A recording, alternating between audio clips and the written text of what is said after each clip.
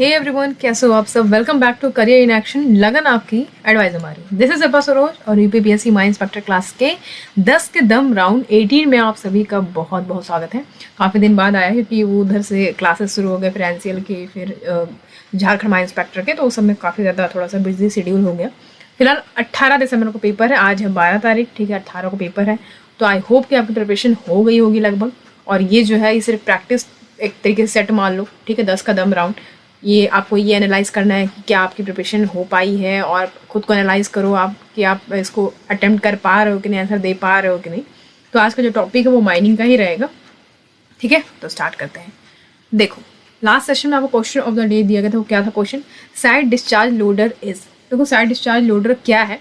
Crawler mounted machine, tyre mounted machine, या फिर both A and B, या फिर रेल माउंटेड मशीन। तो क्या है ये आंसर बताना है आपको। तो आंसर मैंने यहाँ पे लिख दिया है, देखो, क्रॉलर माउंटेड मशीन, ठीक है। देखो क्या होता है side discharge loader? It is a track mounted electro hydraulically operated side discharge loader with smooth control. Operated side discharging bucket loaders होता है, स्मूथ कंट्रोल सिस्टम होता है इसमें, ठीक है। Low profile high output machine है ये। तो बेसिकली इसको डोमिनेंट लोडिंग मशीन के तौर पे यूज़ किया जाता है। कहाँ पे यूज़ किया जाता है? अंडरग्राउंड कोल फेसेस में उनको स्कूप और लोड कर सके, और माइन कोल जहाँ पे ट्रांसपोर्ट होता है, ट्रांसपोर्ट इक्विपमेंट में इसको लोड करें, ठीक है। तो ये बेसिकली होता है। अब हम आगे बढ़ जाते हैं अपने क्वेश्चन नंबर 1 पे। देखो, एमसीक्यू राउंड 18। तो चलो सबसे पहला क्वेश्चन देखो, हमारा पहला क्वेश्चन क्या कहता है? Which of the flowing factor is considered for calculation of cycle time of excavating machine. उत्खनन मशीन के चक्र समय की गणना के लिए निम्नलिखित में से किस कारक पर विचार किया जाता है? Swell factor, bucket factor, swing factor, या फिर पाउडर फैक्टर। तो पाउडर फैक्टर तो होगा नहीं क्योंकि इसको मैंने बहुत बार बताया। Swell factor, bucket factor, swing factor, क्या होगा इसमें से बताना है आपको। जो साइकिल टाइम होता है उस एक्सकवेटिंग मशीन का, ठीक है, तो उसका जो कैलकुलेशन होता है उसको हम किस फैक्टर से डिटरमाइन करेंगे? स्वेल फैक्टर, बकेट फैक्टर, या फिर स्विंग फैक्टर। देखो, स्विंग फैक्टर इसका राइट आंसर हो जाएगा। क्या हो जाएगा? स्विंग फैक्टर इसका राइट आंसर हो जाएगा, ठीक है। क्या हो जाएगा इसका आंसर? Swing factor. तो देखो, एंगल ऑफ स्विंग की अगर हम बात करते हैं तो ये एक मतलब हॉरिजॉन्टल एंगल होता है किसके किसके बीच में? तो एक्सकवेटर का जो पोजीशन है जहाँ से वो एक्सकवेट करता है, और जहाँ पे वो एक्सकवेट करता है, और हॉलिंग यूनिट जहाँ पे वो डंप करता है मटेरियल को, ये दोनों के बीच का जो एक हॉरिजॉन्टल एंगल बनता है उसी को हम एंगल ऑफ स्विंग बोलते हैं, ठीक है। If the angle of swing is more, the cycle time required will be more and vice versa, ठीक है। तो एंगल ऑफ स्विंग जितना ज्यादा होगा साइकिल टाइम उतना ही ज्यादा होता चला जाएगा, ठीक है। तो स्विंग फैक्टर इसका आंसर हो जाएगा, राइट। तो स्विंग फैक्टर इसका राइट आंसर हो जाएगा, ओके। चलो आगे बढ़े। चलो क्वेश्चन नंबर 2 देखिए। Minimum number of attempts for obtaining a statutory examination certificate of DGMS is. कह रहा न्यूनतम संख्या डीजीएमएस का वैधानिक परीक्षा प्रमाण पत्र प्राप्त करने के प्रयासों की संख्या है। कितना नंबर ऑफ अटेम्प्ट्स आप दे सकते हो एक स्टैट्यूटरी एग्जामिनेशन सर्टिफिकेट पाने के लिए डीजीएमएस का? 8, 9, 7, या फिर कोई फिक्स नहीं है। तो बेसिकली जो है 7 अटेम्प्ट्स आप दे सकते हो, ठीक है। स्टैट्यूटरी एग्जाम सर्टिफिकेट पाने के लिए डीजीएमएस का आप 7 अटेम्प्ट दे सकते हो। याद रखिएगा, मिनिमम बोल रहा है यहाँ पे, ओके। चलो next question. Question number 3। In signalling of shaft sinking what does 2 raps means. देखो, साफ्ट फिटिंग के सिग्नलिंग में 2 रैप्स का क्या अर्थ होता है? देखो, मेंबरशिप क्लास में इसको बताया गया आपको। 2 रैप्स का क्या मतलब होता है सिग्नलिंग ऑफ साफ्ट सिंकिंग में? स्टॉप, लोअर, एसेंड, या फिर नन ऑफ द अबव। तो पहले तो साफ्ट सिंकिंग मतलब समझ लो। साफ्ट माइनिंग और shaft sinking is the action of activating a mine shaft from the top down where there is initially no access to the bottom. जब कोई access नहीं होता है बॉटम में, तो हम वहाँ पे बेसिकली क्या करते हैं? तो बेसिकली वहाँ पे जो एक्सकवेटिंग होता है, एक्सकवेटिंग का जो प्रोसेस होता है माइन में, माइन शाफ्ट में, तो उसको टॉप से डाउन तक हम लेके आते हैं, ठीक है। Shaft sinking project requires stages, यानी कि winch ropes for raising and lowering the working stage. तो गैलो वे को लोअर करने के लिए जो है आप ये यूज करते हो शाफ्ट सिंकिंग, ठीक है। रोप्स होते हैं तो उसको बढ़ा के कम ज़्यादा कर सकते हैं, ठीक है। Raising and lowering the working stage, तो बेसिकली ये होता है। तो यहाँ पे कहना चाह रहा है 2 रैप्स का क्या मतलब है? इसका आंसर आप नीचे देखोगे, आंसर की में आपको डिफाइन किया गया है, ठीक है। CMR 2017 के अकॉर्डिंग जब आप देखोगे तो उसमें काफ़ी सारे वहाँ पे बेसिकली पूरा सॉफ्ट सिंकिंग का मतलब वहाँ पे दिया हुआ है। 2 रैप्स, 1 रैप्स का क्या मतलब होता है? तो 2 रैप्स का मतलब होता है लोअर, ओके। क्या मतलब होता है? लोअर होता है, ओके।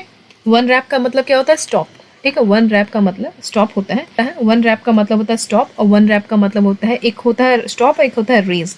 जब इंजन मोशन में हो तब हम स्टॉप लगाएंगे, और जब इंजन रेस्ट में हो तब हम रेज लगाएंगे, ठीक है।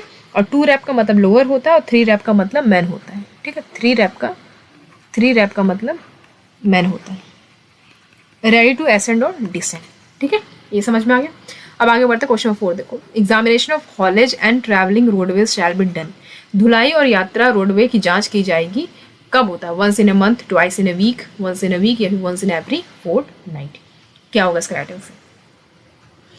देखिए इसका राइट आंसर हो जाएगा आपका वंस इन अ वीक, ठीक है। सप्ताह में एक बार जो है ये होता है एग्जामिनेशन जो होता है हॉलेज और ट्रैवलिंग रोडवे का, shall be done once in a week. Okay, let's come to the next question, question number 5। What does SMP means? SMP मतलब क्या होता है? Safe man power, safe machine movement, safety management plan, safety manual planning, क्या होता है? देखो safety management plan, ठीक है, क्या होता है? सेफ्टी मैनेजमेंट प्लान होता है, इसका राइट आंसर हो जाएगा। तो सेफ्टी मैनेजमेंट प्लान जो है वो एप्लीकेबल होता है सिर्फ ओपन कास्ट, ठीक है, ओपन कास्ट और अंडरग्राउंड माइनिंग के लिए, ठीक है। सेफ्टी मैनेजमेंट प्लान जो है basically it is applicable only for open cast and underground mining, ठीक है। सेफ्टी मैनेजमेंट प्लान जो है ये जो है एक वर्किंग डॉक्यूमेंट है, जिसमें क्या होता है, जो बहुत जितने भी एक्शंस होते हैं जो कैरिड आउट किए जाते हैं सेफ्टी या हेल्थ रिलेटेड, मतलब जो भी वर्क प्लेस पे हेल्थ रिलेटेड या सेफ्टी रिलेटेड काम जो है, जो भी एक्शन है उसका एक आउटलाइन तैयार करता है ये सेफ्टी मैनेजमेंट प्लान, ठीक। तो बेसिकली जो है हेल्थ एंड सेफ्टी के द्वारा जो ये डॉक्यूमेंट होता है वो इसको फंडामेंटल घोषित कर दिया जाता है मैनेजमेंट ऑफ सेफ्टी को लेके, ठीक है। चलो next question number 6। In surface mine a box cut is define as. देखो सरफेस माइन में बॉक्स कट को क्या डिफाइन किया गया? सरफेस माइन में एक बॉक्स कट को किस रूप में परिभाषित किया गया है? The final cut off close the mine, the initial cut made to open a cut, any cut which looks as open box, the cut to extend hole rule। तो सरफेस माइन में बॉक्स कट को कैसे define किया गया है? क्या होगा इसका right answer? The initial cut made to open a cut, ठीक है, ये इसका राइट आंसर हो जाएगा। सरफेस माइन में बॉक्स कट की जब बात हो तो आपको याद रखना है initial cut made to open a cut, ठीक है। चलो क्वेश्चन नंबर 7 देखो, extraction of coal by method other than board and pillar method has been stipulated in. कहता है बोर्ड और पिलर विधि के अलावा अन्य विधि द्वारा कोयले का निष्कर्षण किसमें निर्धारित किया गया है? तो देखो एक्सट्रैक्शन जो करते हैं हम कोल का, मतलब ये जो मेथड है बोर्ड एंड पिलर मेथड, इसके अलावा जो हम मेथड यूज करते हैं तो वो किसमें दिया गया है? CMR 100, CMR 100A, CMR 103, CMR 103A किसमें दिया गया है? याद रखना CMR 100A में दिया गया है, ठीक है। जब हम कोल का एक्सट्रैक्शन करते हैं मतलब इसके अलावा बोर्ड एंड पिलर मेथड के अलावा तो वो चीज़ किसमें दिया गया है? तो CMR 100A में दिया गया है, याद रखना है इसको 100A। Okay, come to the next question, question number 8।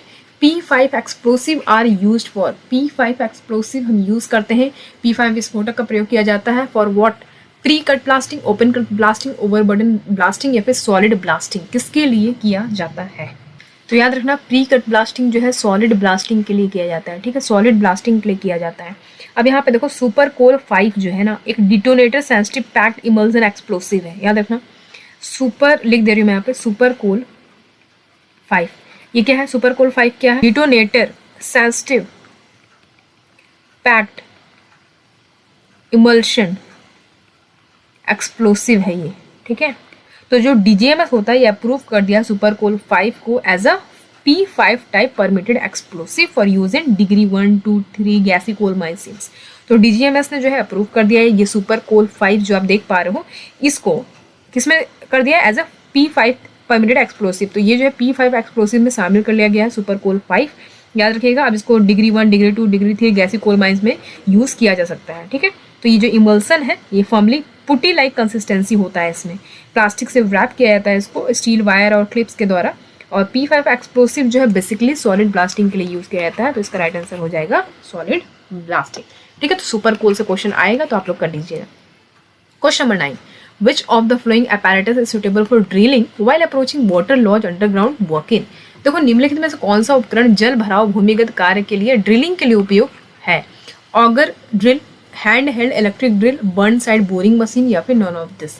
तो बेसिकली यहाँ पे क्वेश्चन में क्या रहा है कि कौन सा अपैरेटस सुटेबल है ड्रिलिंग के लिए। अगर मान लो यहाँ पे पूरा पानी भरा है अंडरग्राउंड वर्किंग में, तो वहां पे आप कौन सा ड्रिल यूज करोगे? बताइए चारों में से कौन सा यूज किया जाएगा? तो बर्न साइड बोरिंग मशीन जो है हम यूज यहाँ पे करेंगे, ठीक है। Burn side boring machine we will use here in water logs underground working. Okay, ये समझ में आ गया, burn side boring machine use किया जाएगा यहाँ पे, ये अपैरेटस, ठीक है। चलो next question number 10। An instrument used for studying a rock sample slide in different orientation is called. विभिन्न झुकाव में रॉक नमूना स्लाइड का अध्ययन करने के लिए प्रयुक्त उपकरणों को क्या कहा जाता है? तो एक ऐसा इंस्ट्रूमेंट जो हम किस लिए यूज़ करते हैं, हम रॉक सैंपल को स्टडी करने के लिए, रॉक सैंपल का जो स्लाइड है डिफरेंट ओरिएंटेशन में, हम इसको स्टडी करने के लिए हम कौन सा इंस्ट्रूमेंट यूज़ करेंगे? Point counter, dollar stage, integrating stage या फिर गोनियोमीटर। तो राइट आंसर हो जाएगा गोनियोमीटर। ठीक है, गोनियोमीटर हम यूज़ करते हैं रॉक सैंपल की स्लाइड को डिफरेंट ओरिएंटेशन से स्टडी करने के लिए। ठीक है, तो गोनियोमीटर राइट आंसर इसका हो जाएगा, याद रखिएगा इसको, गलती मत करिएगा। ठीक है, चलो अब आगे बढ़े। लास्ट क्वेश्चन आपका क्वेश्चन ऑफ द डे आपके लिए है, which of following instrument can be use to identify quartz and microcline in a rock sample. कौन सा इंस्ट्रूमेंट हम यूज़ करेंगे क्या आइडेंटिफाई करने के लिए? क्वार्ट्ज और माइक्रोक्लाइन, मतलब रॉक सैंपल में अगर क्वार्ट्ज या माइक्रोक्लाइन की मात्रा हमें पता करनी है तो हम कौन सा इंस्ट्रूमेंट इसमें से यूज़ करेंगे? Pathological microscope and XRF, pathological microscope and XRD, या फिर pathological microscope and UV-VIS spectrophotometer, या फिर pathological microscope and atomic absorption spectrophotometer, या फिर pathological microscope and flame photometer. आपके पास इतना ऑप्शन है, इसका आंसर आप कमेंट बॉक्स में कमेंट करके देंगे। ठीक है, कैसा लगा क्वेश्चन बताइएगा ज़रूर, लाइक ज़रूर कर दीजिएगा और वीडियो को ज़्यादा से ज़्यादा शेयर कर दीजिएगा। वीडियो शेयर नहीं करते हो आप लोग तो वीडियो की अच्छी ग्रोथ नहीं हो पा रही है। इतनी मेहनत आप लोग कर रहे हैं फिर भी जो है ग्रोथ नहीं हो पा रहा है चैनल का। प्लीज़ आप लोग जो है शेयर करिए वीडियो को, ये सब वीडियो आपके लिए ही होता है। आई होप कि आप समझ रहे हो बात को, बहुत सारा मोटिवेशन मिलता है वीडियो बनाने में, तो इस बात को ध्यान रखिएगा। इस वीडियो का PDF चाहिए आपको तो टेलीग्राम पे ज्वाइन कर लीजिएगा। मैं फिर से बोल रही हूँ, टेलीग्राम ज्वाइन कर लीजिए। टेलीग्राम पे जाना है आपको बस कुछ नहीं करना है, वहाँ पे करियर इन एक्शन लिखोगे आप या सर्च बार में तो आपको आ जाएगा चैनल पहले ही। ठीक है, उसको ज्वाइन कर लीजिएगा, वहाँ से सारा PDF आपको वहाँ पे मिल जाएगा। इसका आंसर की आपको नीचे ठीक इसके मिल जाएगा, जो कि PDF में मिलेगा आपको। ओके, तो चलो फिर आज के लिए इतना ही, मिलते हैं आपसे अगले क्लास में। तब तक के लिए ध्यान रखिए। Thank you so much for watching. See you in the next class.